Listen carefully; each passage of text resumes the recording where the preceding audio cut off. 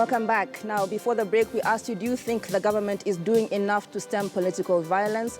Do you think the government is doing enough to stem political violence? And just to read some of your responses here, Peter Santoni is saying, no, the so-called independent institutions created to deal with warmongers are ineffective.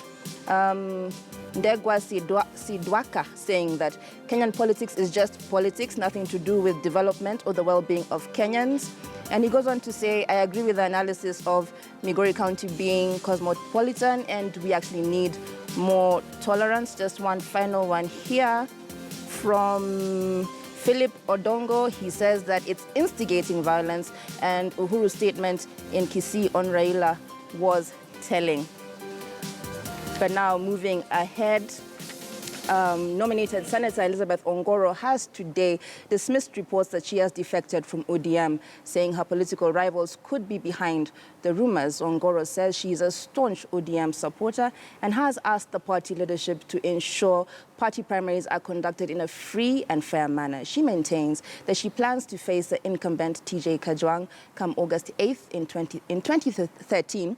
Ongoro accused ODM of rigging her out of the party senatorial nomination and handing her ticket to the then outgoing Sarehe MP Margaret Wanjiru on a silver platter. I will be on the ballot. Women have been taken for granted for far too long. If not for myself, I don't want the women coming behind me to reinvent the wheel. Let me fight this battle for the sake of all the young women aspirants who are coming into this race. Those who are in far-flung areas that cannot even come to Orange House. What do you think they are suffering? If I almost lost my life and my party is doing nothing about it, instead, they are rewarding my attacker by giving him a direct ticket. As I stand here, I believe that I'm still in the race for the Ruaraka parliamentary seat. Right, before the break on that Twitter question, we asked if you believe the government is doing enough in stemming political violence. Ladies, quickly, just one response here saying the so-called independent institutions created to deal with warmongers are ineffective. Do you think that's a true assessment of the state of affairs? Yes, I think that across the board in Kenya, we have a lot of weak institutions, and you can see it in the judiciary, you can see it in the police service, that, you know, external pressures once applied and the institution just basically falls apart. In the case of Elizabeth Ongoro, you can see that, in fact, this is not the first time that there's been an altercation. Previously, her supporters had a clash with the Kajwang supporters, and 2 people died. And that in itself should have sent alarm button, alarm bells ringing all across ODM, but no. No. Yeah. No. Yeah, and Ongoro is rightly bitter because like she says, she's been through this before, just like Obado. I'm sorry to ask this question again, but surely the opposition should be able to have a system in place, Faith. Yeah, it's really unfortunate. Like I was saying before, if you look at Ongoro, she's a diehard, supporter of ODM and Raila Odinga by extension. And so for her to go through, such frustration, like she put it, she actually put it as a frustration. It's unfortunate. However, I think I watched the clip before when she was giving a statement, and she mentioned that she was actually defecting. Now, I don't know what changed in between, and then she decided, oh no, I will be fighting for this Ruaraka seat with TJ Kajwang. Now, I don't know what happened, but initially she had mentioned that she was going to defect. However, like Betty said, we don't have the right machinery, the right security apparatus in the country to deal with violence that emanate from election-related issues. We have seen people die. In the case of Ongoro, 2 people died. We've seen MCAs killed. We have seen the Migori incident, and so I hope that the security machinery, are putting in place really strategic measures ahead of elections. Otherwise, we will be caught flat-footed again. And we have seen, for the case of Migori, for instance, the DCI, the CID came in later to say we're going to investigate the issue. Why don't we get, and we have really serious security machinery in this country, as I am aware. We have the intelligence. We should know. Can you please clarify how you're aware of it? No, really, I mean, everybody's aware that if we have the intelligence, the CID should know that this rally is happening here, unless these politicians don't involve the apparatus. But also she brought in the women's issue, Dr. Nelly, by saying she's fighting for the women who are coming behind her, and this is all about the system being against women. Do you think she was playing the woman card, or is that a definite factor in this? So for those who know me, they will know that I don't buy that. I honestly think that when women are put in a tight spot, especially when they're in the spotlight or they're in leadership, they generally tend to fall back on the woman card. I would have expected her to rise above that and simply talk about all these things we're seeing about election violence. That would have probably been more impactful to the person at home who's sitting and listening, and it doesn't matter the gender, then they'll get the message that this is a problem. Now, the moment we play the woman card, we're relegated back to being flower girls. And this is what has happened in opposition through and through, because you're sitting here, you have this humongous opposition mechanism that has in place machinery to facilitate financials and all that, and the women in it have never quite come out very strongly. What happens? You find somebody is vying for a really big seat, and when they see they're not going to get it, they settle for second best. Right. For them to settle in second best, they have to unseat other people who are prepared for that position, and that is how we start having these internal wars. My issue is that we know that in Kenya, there is no gathering that the police is not aware of.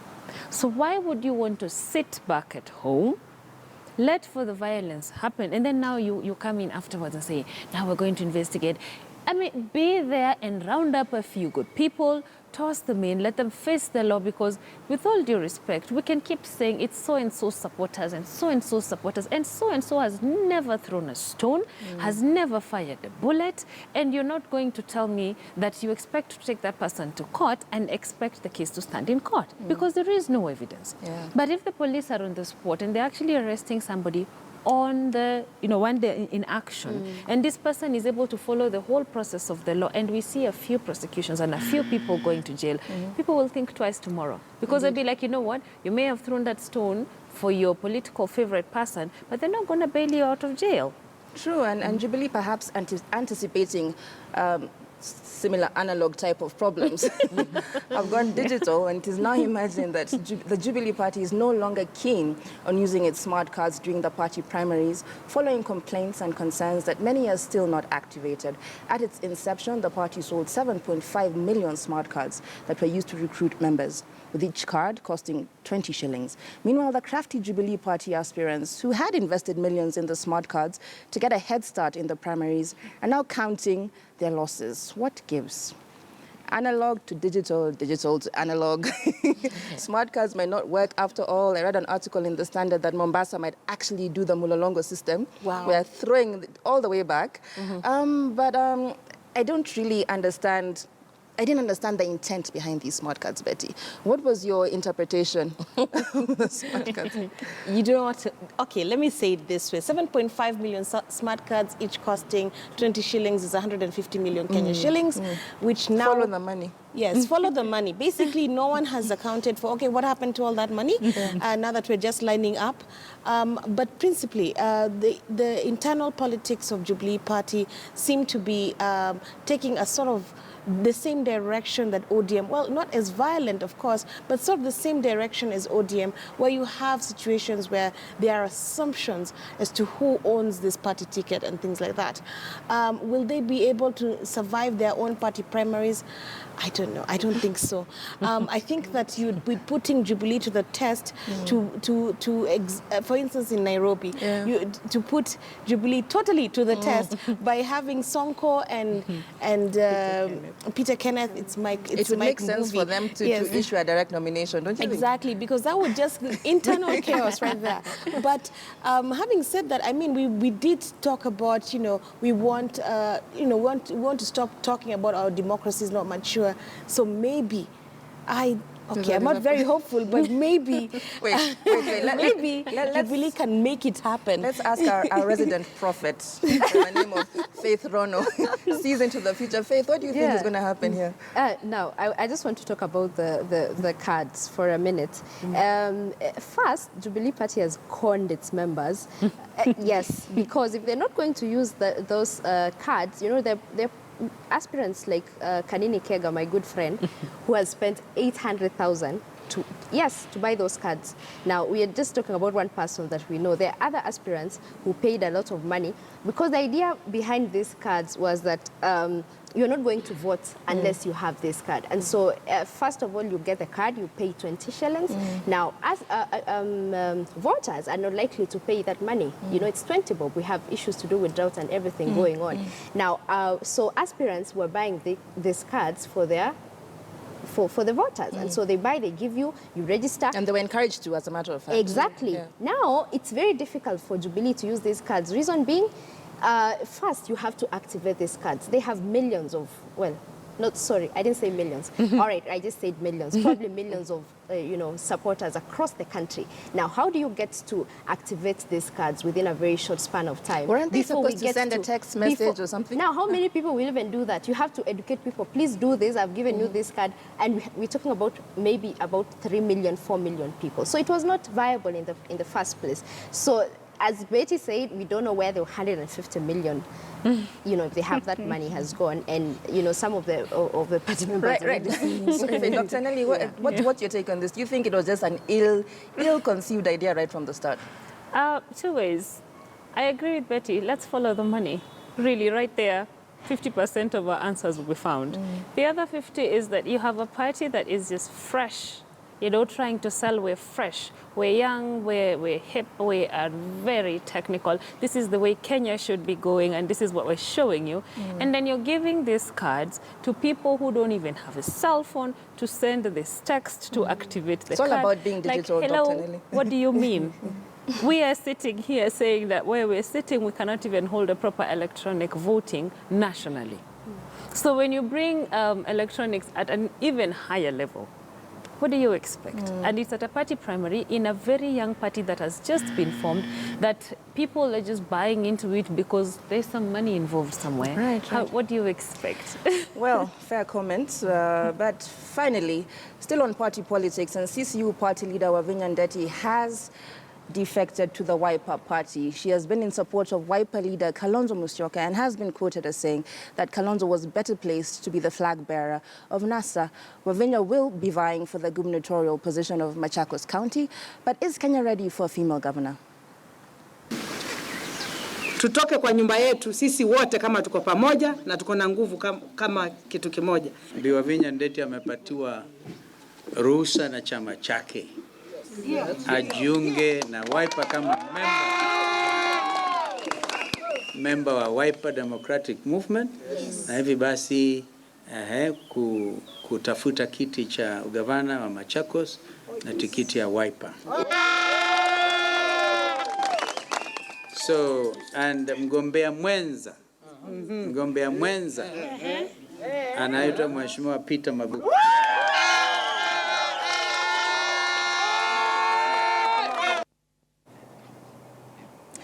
Right, so I think we'll remember that Wavinya had issues, with her party chairman and was actually barred from carrying out party activities and now has gone to Wiper. Is it a case of canvas for Kalonzo? Is it about Kalonzo or is this about Wavinya? Dr. Nelly, I'll start with you. I just gonna get, what was that?